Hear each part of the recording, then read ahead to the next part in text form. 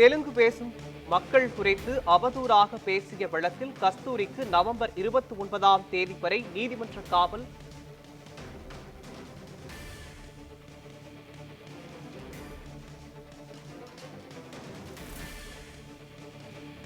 சிறையில் அடைக்க வேண்டாம் என்று நடிகை கஸ்தூரி நீதிபதியிடம் கோரிக்கை விடுத்திருக்கிறார். முக்கிய செய்தியாக பார்த்து வருகிறோம். தெலுங்கு மக்கள் குறித்து சர்ச்சைக்குரிய வகையில் பேசியதாக கைது செய்யப்பட்ட கஸ்தூரி தன்னை சிறையில் அடைக்க வேண்டாம் என நீதிபதியிடம் கோரிக்கை விடுத்திருக்கிறார். தனது குழந்தையை பராமரிக்க வேண்டும் என்று நீதிபதியிடம் கோரிக்கை விடுத்திருக்கிறார். இது தொடர்பான விவரங்களை வழங்குவதற்காக நமது செய்தியாளர் சாமுவேல் எபினேசர் இணைப்பில் இணைகிறார்.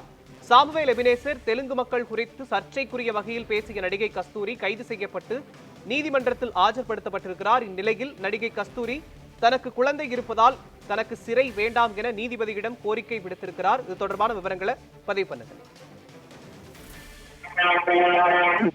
நடிகை கஸ்தூரி தற்போது தெலுங்கு மக்களை அவதூறாக பேசிய வழக்கில் அதாவது தனிப்படை காவல்துறையினரால் கைது செய்யப்பட்டிருக்கிறார். குறிப்பாக எழும்பூர் நீதிமன்றத்தில் அவர் இன்றைய தினம் ஆஜர்படுத்தப்பட்ட நிலையில் அவர் நீதிபதி ரகுபதி அவரது முன்னிலையில் தனக்கு குழந்தை இருப்பதாகவும் தன்னை சிறையில் அடைக்க வேண்டாம் எனவும் அவர் தரப்பில் முறையிடப்பட்டிருக்கிறது. குறிப்பாக இவர் தெலுங்கு பேசும் பெண்களை இழிவாக பேசிய வழக்கு தொடர்பாக எழும்பூர் காவல் நிலையத்தில் 3 பிரிவின் கீழ் அவர் மீது வழக்கு பதிவு செய்யப்பட்டிருந்தது.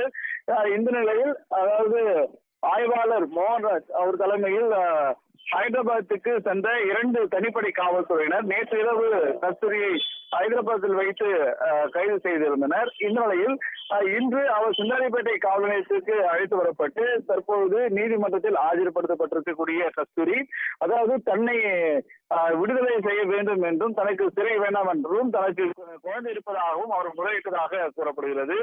இருந்தாலும் வரும் 29ஆம் தேதி வரை நடிகை கஸ்தூரிக்கு நீதிமன்ற காவல் வழங்கி அதாவது உத்தரவானதை பிறப்பித்திருக்கிறார்.